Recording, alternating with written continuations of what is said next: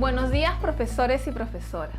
La rúbrica que presentaremos en esta ocasión busca identificar en qué medida el docente usa el tiempo de clase de manera efectiva, logrando que durante toda o casi toda la sesión observada los estudiantes, en su mayoría, estén ocupados en actividades de aprendizaje. Como docentes, enfrentamos el reto de gestionar apropiadamente el tiempo en el aula a fin de que nuestros estudiantes lo aprovechen al máximo en el desarrollo de actividades que contribuyan a los propósitos de aprendizaje.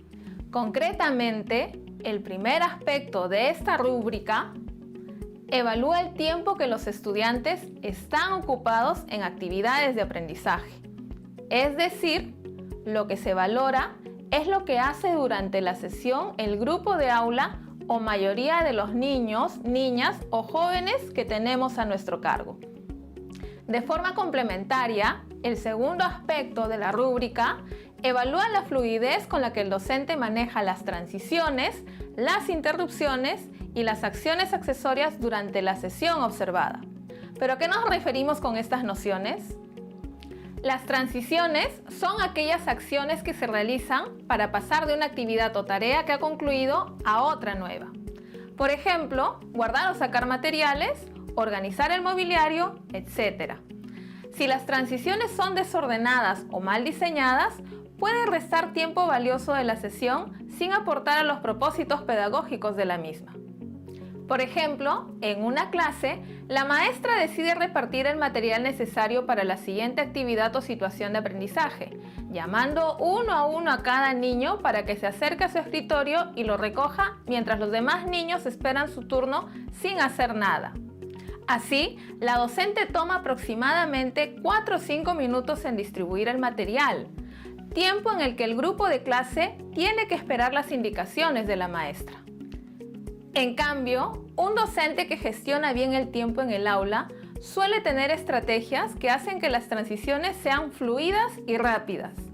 Así, por ejemplo, si tenemos que construir con los niños algún producto como carteles o preparar algún alimento en el aula, podríamos destinar menor tiempo en la distribución de materiales o insumos si todo está previamente organizado y si en vez de entregar uno a uno los materiales, se los damos a un delegado por equipo.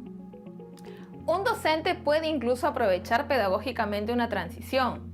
Por ejemplo, en primaria, si tenemos que desplazarnos del aula a otro ambiente, podríamos aprovechar ese tiempo para pedirles a los niños y niñas que observen el lugar y describan si está haciendo frío o calor o si hay mucha o poca gente en el camino.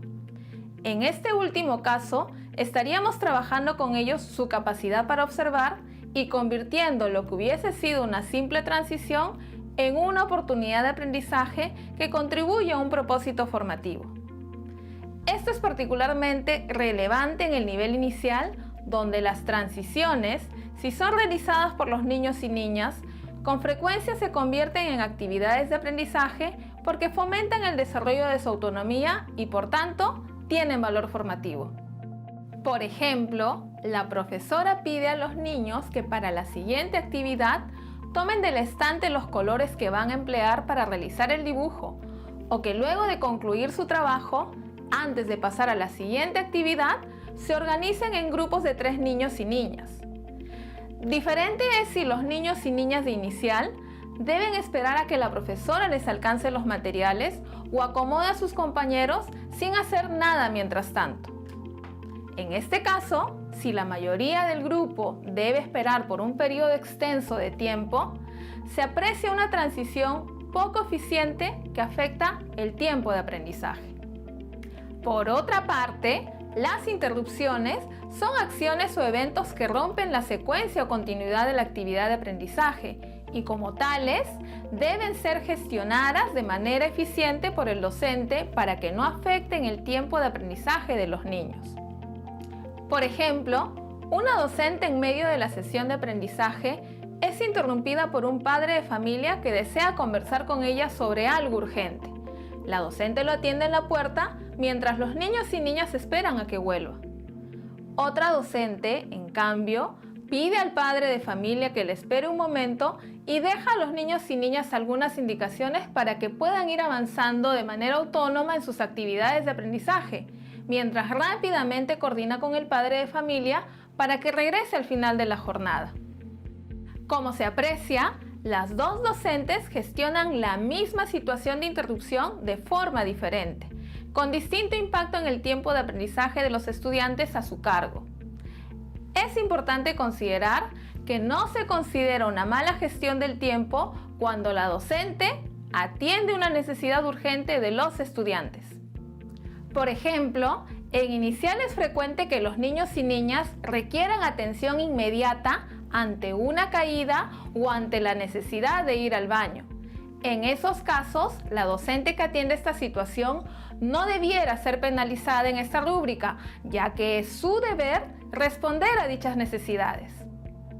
Finalmente, existen también lo que en la rúbrica se denominan acciones accesorias que no tienen finalidad pedagógica, como por ejemplo, recordar a los niños la celebración del cumpleaños de uno de sus compañeros, dar indicaciones sobre una salida o paseo que se realizará en un par de días.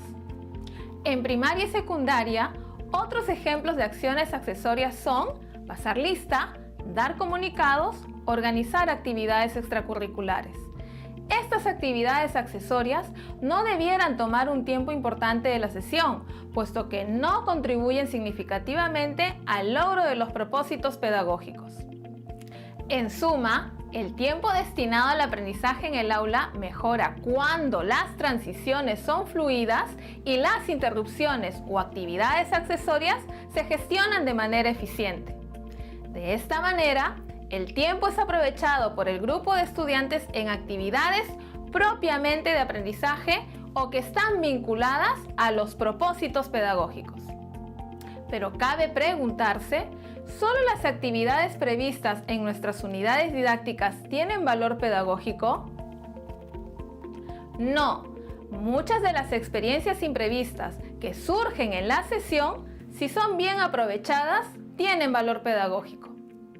Por ejemplo, en pleno trabajo de grupos, la docente observa que dos niños se disputan los materiales de trabajo. Ella decide intervenir y reflexionar con todo el grupo sobre la importancia del trabajo en equipo.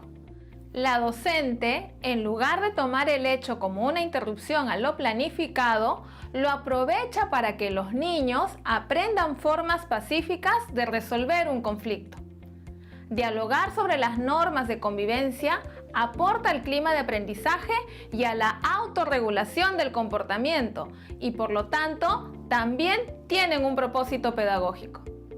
Es importante señalar que especialmente en educación inicial, la formación de hábitos y actitudes está considerada parte del proceso y tiempo dedicado al aprendizaje.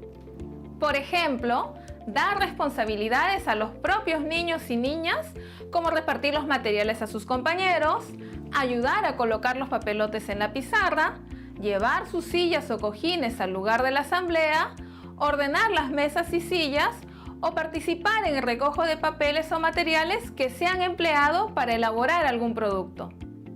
En conclusión, como docentes debemos destinar el máximo del tiempo disponible al aprendizaje de nuestros estudiantes, convirtiendo toda situación en una oportunidad para aprender. Las transiciones fluidas, la buena gestión de las interrupciones y de las acciones accesorias permiten destinar mayor tiempo a aquellas actividades y situaciones que tienen mayor valor pedagógico. Hemos concluido la explicación de la rúbrica 2. Esperamos que les haya sido útil. Gracias por su atención y los invitamos a ver los videos de las otras rúbricas.